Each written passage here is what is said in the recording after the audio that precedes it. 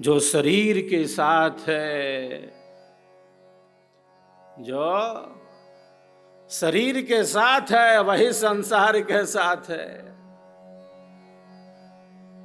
अनादिकाल से आत्मा, कोई गिनती नहीं है, कोई गिन नहीं सकता।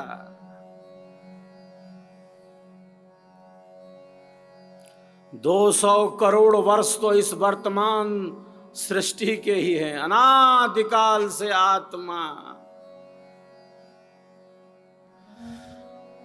इस संसार सागर में है। शुभाशुभ कर्मों को करता हुआ, जैसे नदी में लकड़ी का टुकड़ा बहता जा रहा है, जैसे नदी में लकड़ी का टुकड़ा बहता जा रहा है, यह टुकड़ा जाएगा कहाँ?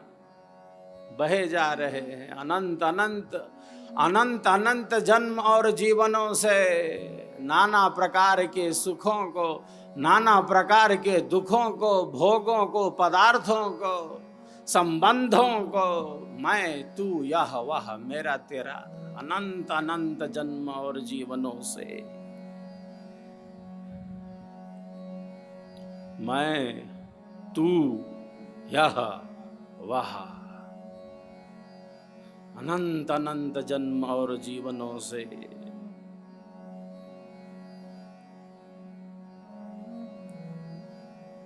यह सब घटित होता जा रहा है।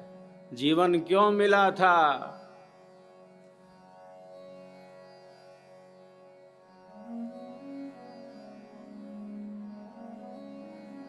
हम जीवन कहें, हम जीवन कहें या सत्य कहें, दो बात नहीं है। जो जीवन को समझना चाहते हैं, जो जीवन को समझना चाहते हैं, ये जीवन है क्या, इसका अर्थ है वो परम सत्य को जानना चाहते हैं, परम ज्ञान को चाहते हैं। क्योंकि जीवन और सत्य दो नहीं है।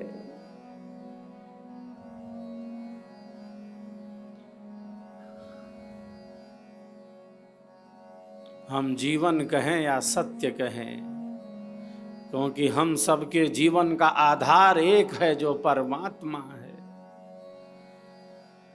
सबका जीवन प्राण है, सबका जीवन, चराचर जगत, समस्त प्राणियों का, जलचर, नभचर, थलचर, अनंत जीव हैं इस संसार में। सबका जीवन प्राण है, सबका एक आधार, अज अद्वैत अनाम है, परम पुरुष करता।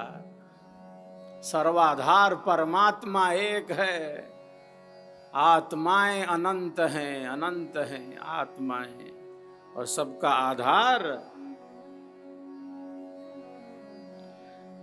आधार परमात्मा एक है। और एक होकर भी कैसे अनंत रूपों में विभक्त है, कैसे अनंत रूपों में विभक्त है।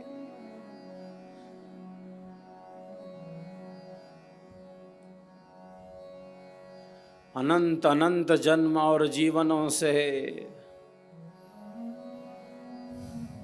यह क्रम चला आ रहा है। जन्म और मरण की वेदना का हमने अनुभव किया है, जन्म और मरण की वेदना का।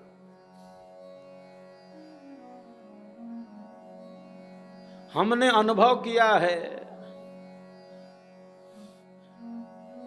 मां के गर्भ में मल मूत्र से भरे शरीर में घोर अंधेरे में हम उल्टे लटक गए।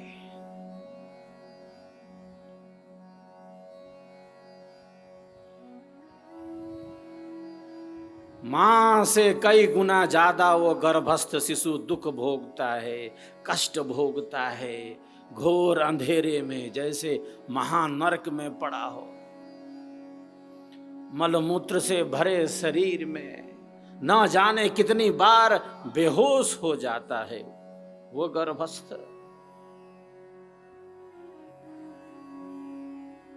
मां से कई गुना ज्यादा कष्ट भोगता है घोर अंधेरे में। अंधेरा हमें पसंद नहीं है। अंधेरे में किसी वस्तु का प्रत्यक्ष तो होता नहीं। कोई वस्तु तो दिखती नहीं अंधेरे में।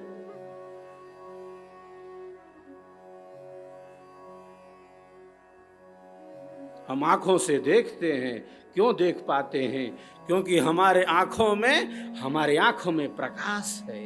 ये सूर्य आदित्य रूप से हमारे आंख के गोलकों में प्रविष्ट है। जो बाहर है वो केवल बाहर ही नहीं है, वो भीतर भी है। और जो भीतर है वो केवल भीतर ही नहीं, बाहर भी तो उसी का खेल चल रहा है।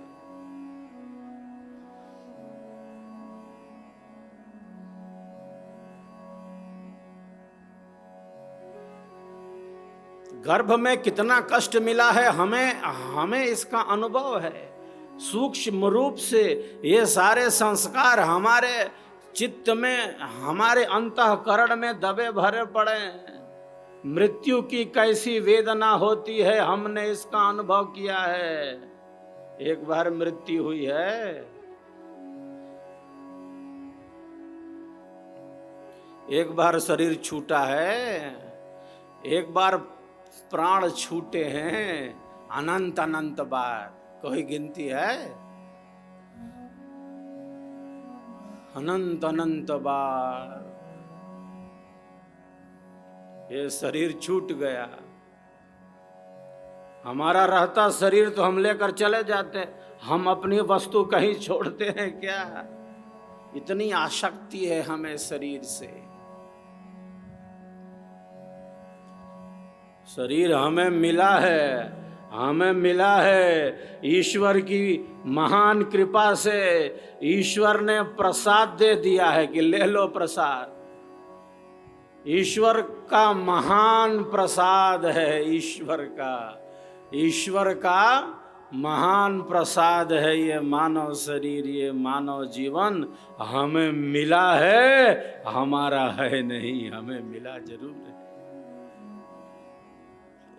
अगर हमारा रहता तो हम लेकर चले जाते कि नहीं, हम ही हैं, ये इससे भिन्न मेरा कोई अस्तित्व नहीं। मैं शरीर और इंद्रियों तक सीमित हूं। अनंत अनंत बार हमने मृत्यु की वेदना का अनुभव किया है। प्राणों के छूटने का भय क्या होता है?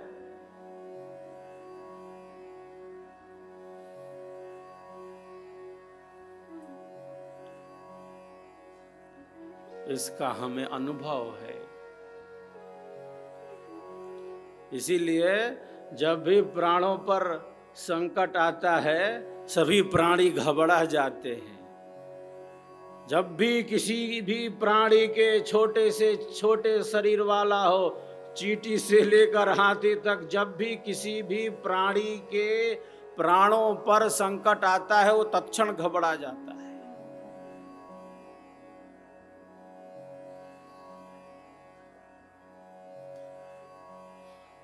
प्राणों पर आए संकट को वो दूर करना चाहता है, वो जीवन चाहता है।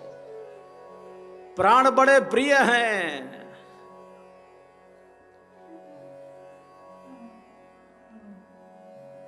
क्योंकि पता है कि प्राणों के छूटने पर कितना कष्ट मिला है। एक बार प्राण छूटा है, एक बार मां के गर्भ में आए हैं, अनंत अनंत जन्म और जीवनों से यह सब घटित होता जा रहा है। जो साधक है, जो साधिकाएं हैं, वे क्या चिंतन करते हैं? जब शरीर धारण कर लिया है, जब शरीर प्राप्त कर लिया है, तब मृत्यु से क्या घबराना। जब शरीर मिल गया है तो मृत्यु से क्या घबराना, अगर घबराना है तो घबराना है जन्म से कि जन्म ना हो, जन्म ना हो। दुख नहीं चाहिए।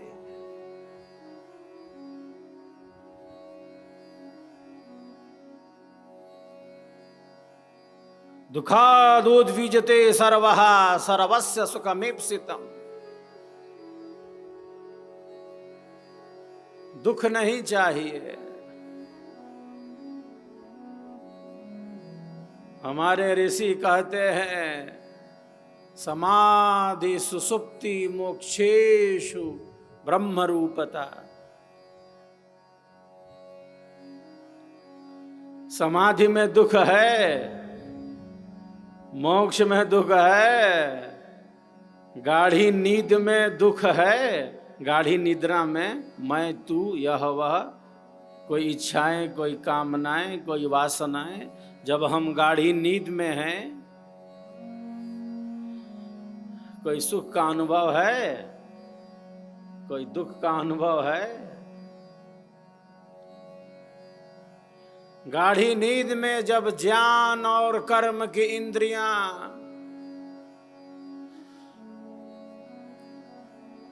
जब ज्ञान और कर्म की इंद्रियों का संचालक मन ही निश्चेष्ट हो गया, सुषुप्ति अवस्था।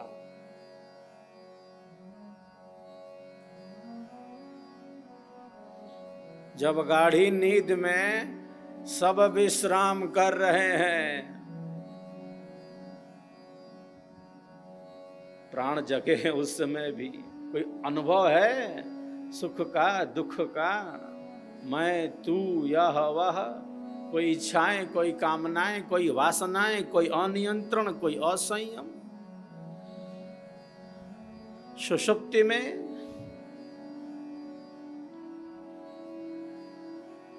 प्रगाढ़ निद्रा, अनुभव नहीं है इसका। समाधि में दुख नहीं है, सुसुप्ति में दुख नहीं है। क्यों? क्योंकि परमात्मा में दुख नहीं है, परमात्मा में दुख नहीं है। परमात्मा को दुख छू नहीं सकता, वो आनंद स्वरूप है। परमात्मा को दुख छू नहीं सकता, वो आनंद स्वरूप है। रसो वैसः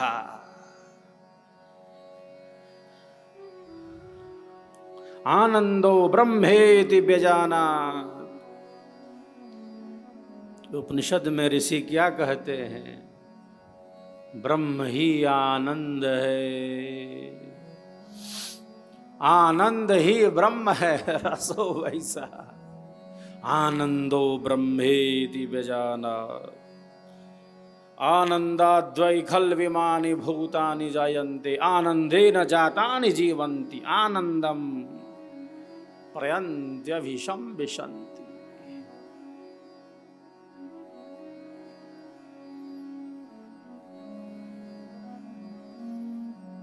परमात्मा आनंद स्वरूप है। हम सबके जीवन का आधार परमात्मा है। हमारा भी जीवन आनंददायी बने। कोई हताशा, कोई निराशा, कोई कुंठा अवसाद हमारे जीवन को घेर न ले, बल्कि हम आनंद के पथ पर निरंतर गतिमान रहे। कोई मनोविकार, कोई मन का अनियंत्रण,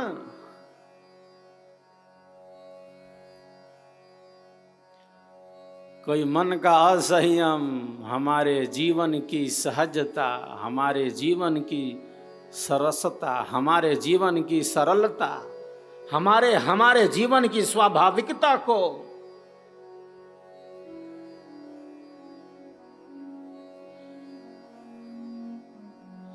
कोई मनोविकार हमारे जीवन की सहजता, हमारे जीवन की सरलता, हमारे जीवन की स्वाभाविकता को नष्ट ना कर सके,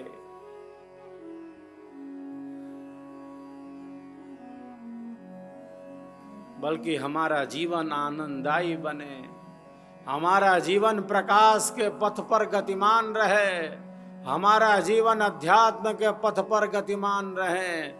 संसार में आए हैं तो सुख मिलेगा, संसार में आए हैं तो दुख मिलेगा। संसार के किसी भी सुख में, संसार के किसी भी दुख में, संसार के किसी भी सुख में, संसार के किसी भी दुख में इतनी शक्ति नहीं है कि एक विहंगम योगी को अध्यात्म के रास्ते से अलग कर सके। अध्यात्म के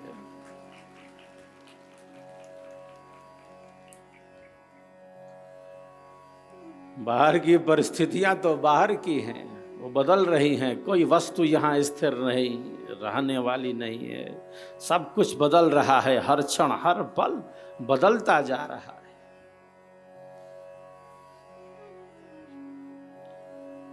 बाहर की उठापटक जैसी हो, जो भीतर से मजबूत है, जिसके पास आत्मिक शक्ति है, बाहर के उठापटक से नहीं घबराता, परिवर्तित नहीं होता, बल्कि वो तो सदैव ही सेवा, सत्संग और साधना के पथ पर बढ़ता जाता है, बढ़ता जाता है।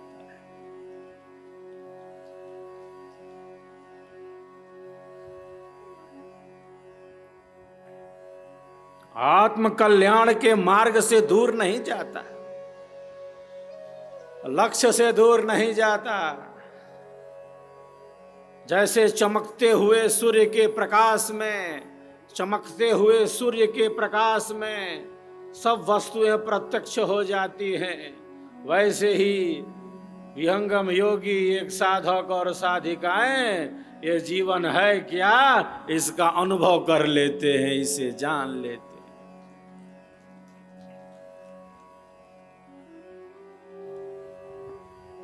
अंधेरी रात में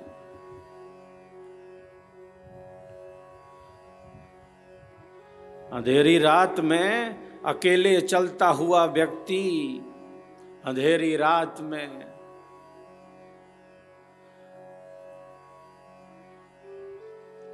अकेले चलता हुआ व्यक्ति सामने खड़े सूखे पेड़ को, ठूंठ को भूत समझ लेता है कि सामने भूत खड़ा है।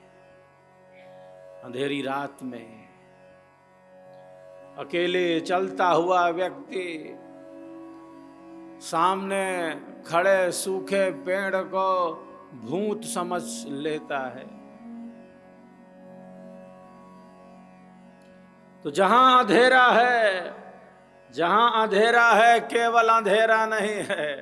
केवल अंधेरा रहता तो चलो अंधेरा है, दिखलाई नहीं दे रहा है। जहां अंधेरा है वहां केवल अंधेरा ही नहीं है, वहां भय है, वहां भ्रांतियां हैं, वहां संशय है, वहां झूठ है, वहां असत्य है, वहां मिथ्या ज्ञान है। केवल अंधेरा रहता तो चलो अंधेरा है, दिखलाई नहीं दे रहा, वस्तु का प्रत्यक्ष नहीं। रस्सी को सांप समझ लेता है, डर जाता है। केवल अंधेरा नहीं है, वहां भय है, वहां भ्रांतियां हैं, वहां संशय है, वहां झूठ है, वहां असत्य है।